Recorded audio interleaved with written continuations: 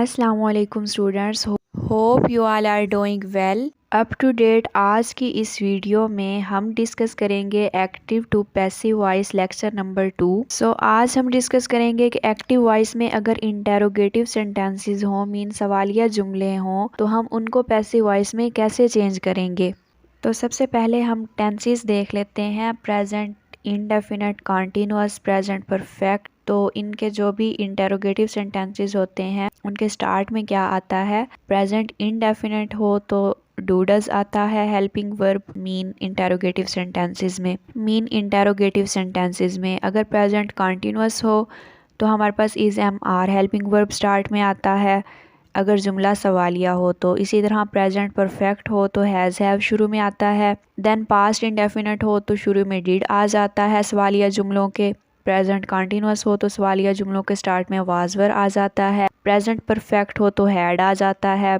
Future indefinite हो तो will shell start में आ जाता है सवालिया जुमलों के। और अगर फ्यूचर कॉन्टिन्यूअस हो तो हमारे पास क्या आता है, विल शेल और साथ में बी। इसी तरह से फ्यूचर परफेक्ट हो तो विल शेल के साथ क्या आता है, हैव। तो ये सारे टेंसेस जिनके पैसिव वॉइस बन सकते हैं उनके सवालिया जुमलों की पहचान है। लेकिन जब हमने इनके पैसिव वॉइस बनाने हैं तो वो कैसे बनाने हैं।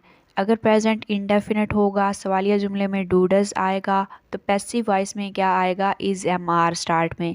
इसी तरह प्रेजेंट कॉन्टिन्यूअस होगा, इज एम आर स्टार्ट में आएगा, उसकी पहचान है एक्टिव वॉइस के सवालिया जुमलों की। लेकिन पैसिव वॉइस में क्या होगा, इज एम आर स्टार्ट में आ जाएगा, देन हम सब्जेक्ट लगाएंगे और उसके बाद क्या लगाएंगे, बीइंग। लेकिन यहाँ पे सब्जेक्ट कौन सा होगा, वही जो हम ऑब्जेक्ट को रिप्लेस करते हैं सब्जेक्ट की जगह पे।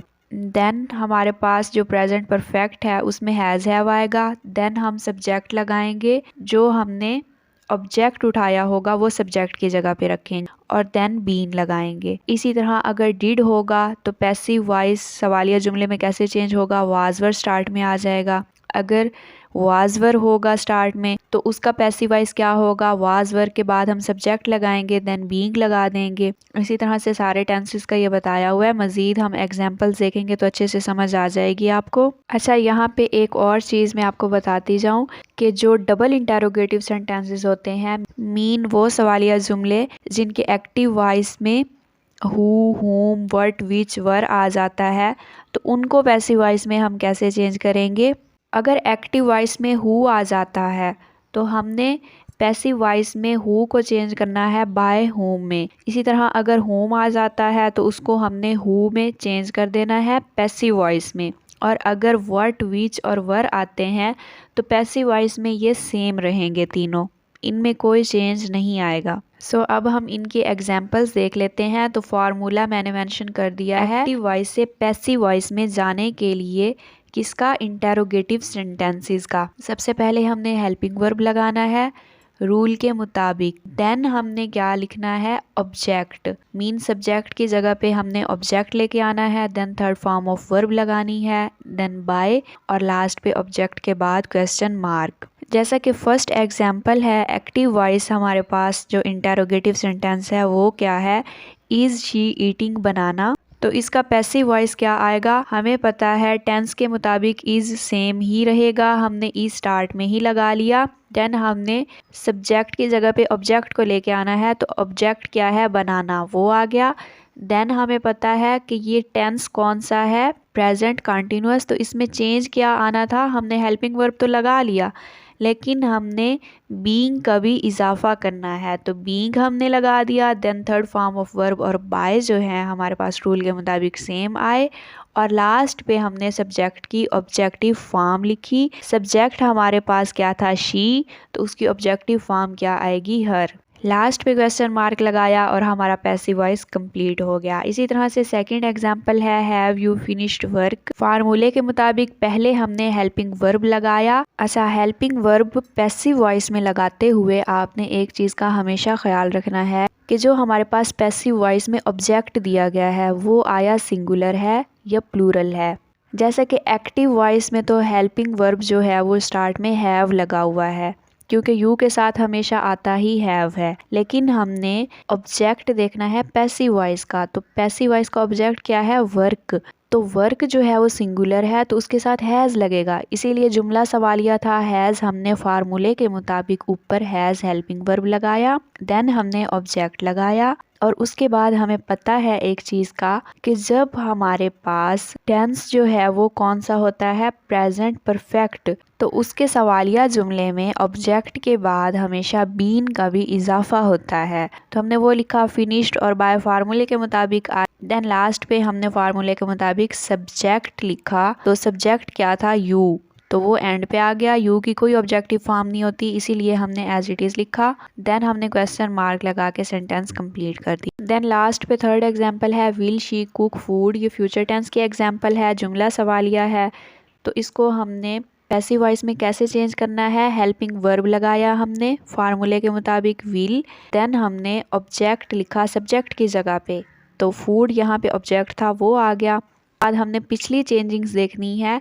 हमें पता है फ्यूचर टेंस हो, फ्यूचर इंडेफिनिट टेंस हो, तो उसके बाद क्या लगा है, ऑब्जेक्ट के बाद हम क्या लगाते हैं हमेशा, तो वो हमने बी लिख दिया।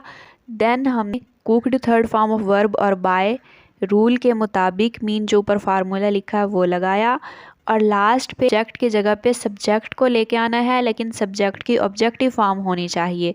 तो सब्जेक्ट शी था तो हमने शी की ऑब्जेक्टिव फॉर्म लिखी हर और क्वेश्चन मार्क लगा के पैसिव वॉइस कंप्लीट कर दिया। तो इंटेरोगेटिव सेंटेंसेस में आपने हमेशा टेंसेस का ध्यान लाजमी रखना है कि हेल्पिंग वर्ब के बाद जो ऑब्जेक्ट लगता है उसके बाद भी हमने कुछ लगाना है या नहीं, तो वो आपने लाजमी से देख लेना है। पिछली चेंजिंग्स आप नोट कर लें। अच्छा, अब हम कुछ एग्जांपल्स देख लेते हैं डबल इंटेरोगेटिव सेंटेंसेस की। तो एक्टिव वॉइस जैसा कि है हु टीचेस यू, तो जैसा कि चेंजिंग्स में हमने देखा था हु किस में चेंज होता है, पैसिव वॉइस में, बाय हुम में, तो वो लगा दिया। देन हमने क्या देखना है, टेंस कौन सा है, तो ES का इजाफा हुआ है एंड पे, तो हमें पता है ये प्रेजेंट इंडेफिनिट टेंस है। तो जब उसका सवालिया जुमला बनता है तो उसमें हेल्पिंग वर्ब सबसे पहले आर आएगा, क्योंकि हमारे पास सब्जेक्ट क्या है, यू, क्योंकि हमारे पास ऑब्जेक्ट क्या है, यू, तो यू को देख के हमने हेल्पिंग वर्ब लगाना है। यू के साथ हमेशा आर लगता है, जुमला सवालिया है इसलिए आर पहले आ गया। देन ऑब्जेक्ट के बाद हमने क्या लगाना है, third form of verb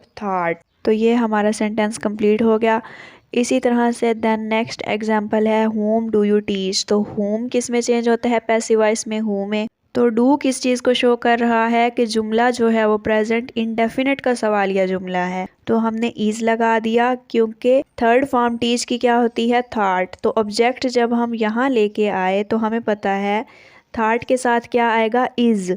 rule के मुताबिक हमने थर्ड फॉर्म के साथ क्या लगाया, बाय। और लास्ट पे हमने ऑब्जेक्ट की जगह पे किसको लेके आना है, सब्जेक्ट को। तो यू हमारे पास सब्जेक्ट है, वो एज इट इज आ गया क्योंकि इसकी ऑब्जेक्टिव फॉर्म नहीं होती। इसी तरह से देन हमारे पास है which was the teacher teaching you, तो हमें पता है विच तो चेंज होता ही नहीं, तो वो एज इट इज़ आ गया। देन हमारे पास हेल्पिंग वर्ब वाज लगा हुआ है, लेकिन हमने ऑब्जेक्ट देखना है क्योंकि उसे ही हमने सब्जेक्ट की जगह पे लाना है। ऑब्जेक्ट इस जुमले में यू है, तो यू के साथ हमेशा वर लगता है, इसीलिए हमने वर लगा दिया। लेकिन मुझसे सॉरी, एक मिस्टेक हो गई, यहाँ पे WERE वाला वर लगना था, WHERE वाला नहीं लगना था। सो आपने यहाँ पे WERE वाला वर लगाना है। देन हमारे पास सवालिया जुमला है, तो देन हमने क्या लगाया, ऑब्जेक्ट सब्जेक्ट की जगह पे, तो यू ऑब्जेक्ट था वो आ गया। देन हमें पता है ये जुमला कौन से टेंस का है, पास्ट कंटिन्यूअस टेंस का, तो इस टेंस के पैसिव वॉइस में बीइंग का भी इस्तेमाल होता है, वो लगा दिया। Then third form of verb और बाय रूल के मुताबिक आए। और लास्ट पे हमने ऑब्जेक्ट की जगह पर सब्जेक्ट लिखना है, तो सब्जेक्ट क्या था, द टीचर, तो वो सेम आ गया as it is. Active voice सवालिया था, तो हमने पैसिव वॉइस के एंड पे भी सवालिया निशान लगाया और हमारा पैसिव वॉइस कंप्लीट हो गया। सो एक बार मैं समरी रिवाइज कर दूं एक्टिव से पैसिव वॉइस इंटेरोगेटिव सेंटेंसेस की। हेल्पिंग वर्ब हमेशा आपने स्टार्ट में लगाना है, लेकिन ऑब्जेक्ट के लिहाज से लगाना है। एक्टिव वॉइस में चाहे जो भी हेल्पिंग वर्ब हो, लेकिन पैसिव वॉइस में चेंज करते हुए आपने ऑब्जेक्ट के लिहाज से हेल्पिंग वर्ब लगाना है। टेंस चेंजेस को हमेशा ध्यान से देखना है, ऑब्जेक्ट के बाद भी कुछ आता है या नहीं, जैसा कि बीइंग वगैरह। टेंस के लिहाज से आता है तो लिखना है, नहीं तो थर्ड फॉर्म ऑफ वर्ब और बाय का इस्तेमाल करना है। लास्ट पे रूल के मुताबिक ऑब्जेक्ट की जगह पे क्या रिप्लेस होगा, सब्जेक्ट, लेकिन सब्जेक्ट की ऑब्जेक्टिव फॉर्म आपने लगानी है। जुमला सवालिया हो एक्टिव वॉइस का तो एंड पे आपने क्वेश्चन मार्क लाजमी लगाना है, पैसिव वॉइस में भी। सो ये थी आज की वीडियो अच्छी लगी हो तो लाइक शेयर और चैनल को कर लें सब्सक्राइब। अगर आप चैनल पर नए हैं तो किसी बात की समझ नहीं आई तो आप कमेंट बॉक्स में पूछ सकते हैं। अच्छा रिस्पांस दें। अपना बहुत सारा ख्याल रखिएगा। नेक्स्ट वीडियो तक के लिए अल्लाह हाफिज़।